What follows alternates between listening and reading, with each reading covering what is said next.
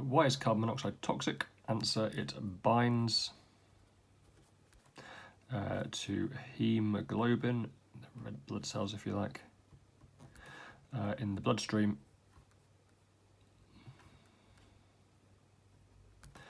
and doesn't let go.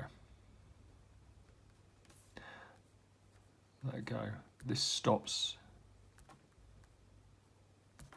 the hemoglobin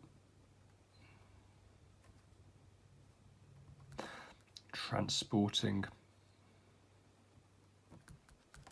oxygen and carbon dioxide. That's the job of hemoglobin. So if they can't transport those, then the body ceases to function. All these questions on elshamhighchemistry.com.